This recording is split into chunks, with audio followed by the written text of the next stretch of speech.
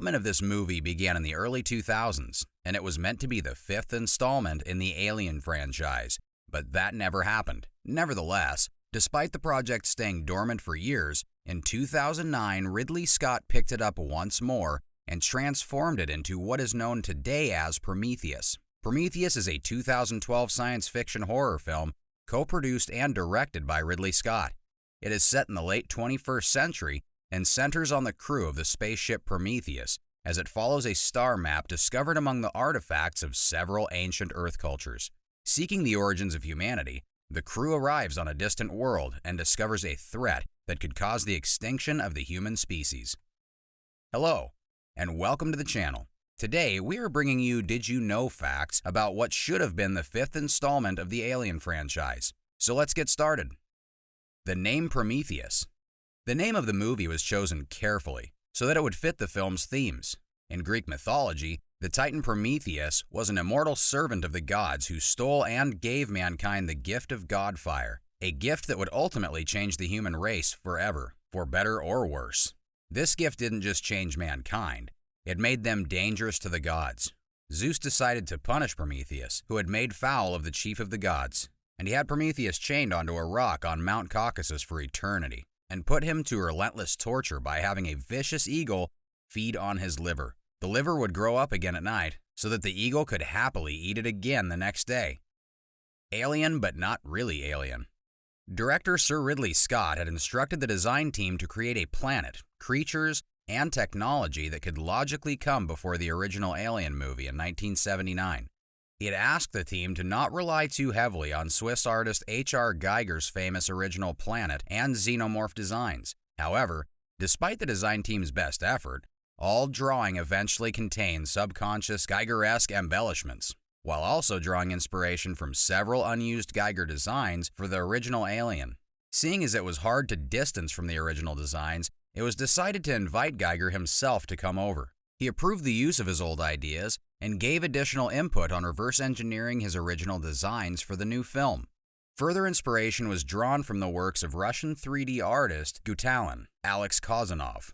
Geiger died of fall-related injuries in 2014, making this the last movie related to the Alien franchise that he worked on. Director Sir Ridley Scott preferred to keep the use of computer-generated imagery, CGI, as low as possible during the filming of Prometheus. When asked why he did that, Scott recalled a piece of advice visual effects supervisor Douglas Trumbull gave him on the set of Blade Runner 1982. If you can do it live, do it live. And also claimed that practical visual effects were more cost-effective than digital visual effects. Monster effects, like the Deacon and Hammerpeed, were done practically as much as possible, with CGI only for complicated shots that couldn't be done for real. The giant trilobite facehugger was a full-sized model and used in a few shots, and it served as a reference for a computer-generated version that was used in the other shots. All in all, Weta Digital and Moving Picture Company provided 1,300 CGI shots for the movie, mainly for the digital landscapes, space scenes, and adding textures and fluids to the practical effects. Speaking of visual effects, the Orrery was one of the most complex and most impressive visual effects. It contained 80 to 100 million polygons and took several weeks to render as a single complete shot. In a conversation that Jonathan Spates and Ridley Scott were about star maps and the story necessity for the navigation instrument that the viewers would see, Ridley started talking about a painting that he had in his mind. He could not remember the title, but described it as Circles in Circles with a Candle-Lit Image. Spates suddenly thought of the Joseph Wright painting and did a Google image search on the internet and showed the image to Ridley. "Yes, that's the painting I mean," exclaimed Ridley Scott. Scientists, scholars, and children. The Crucifixion. You may be wondering, what does religion have to do with the movie that is meant to be a prequel to Alien? Well, as it turns out, Scott suggested that an engineer was sent to Earth to stop humanity's increasing aggression, but was crucified, the implication being that he was Jesus Christ. But Scott felt that this would be too obvious a religious allegory for the film and opted to exclude it. No xenomorph.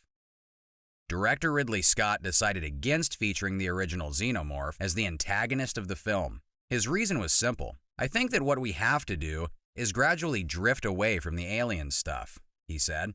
Instead, Scott would like to explore another facet of the universe he created. So instead of the xenomorph, Scott decided to feature in Prometheus a xenomorph ancestor parent. The movie was harshly criticized for that, which ultimately made Scott change his mind and include the creature in the sequel Alien, Covenant 2017. The gear discrepancy. For Prometheus, Ridley Scott was adamant to show the spaceship and its science crew with appropriately advanced 21st century technology, such as slimmed-down spacesuits, holographic displays, and video screens inside full spherical helmets. But in behind-the-screens documentaries, Scott had to acknowledge that this created an obvious discrepancy with the lower state of technology seen in Alien 1979. He did explain the discrepancy with the fact that the Nostromo crew were blue-collar employees who had to work with the decades-old ship, obsolete machines, and hand-me-down bulky spacesuits. The scene that was filmed 33 years later. Did you know that in one of the screenplay drafts for Alien, there was a sex scene between Ripley and Dallas? It was meant to show how the crew members would engage in casual sex during the long space travels, simply to fulfill their needs.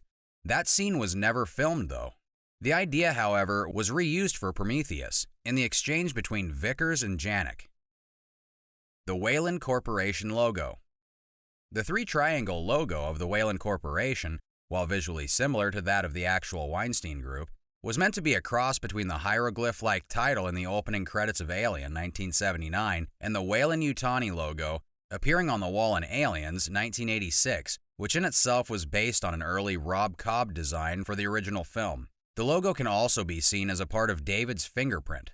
The colorful rainbow-like ship uniform patches seen in the Nostromo crew in the original film were changed to much darker equivalents for the Prometheus uniform to emphasize Prometheus as a fallen angel.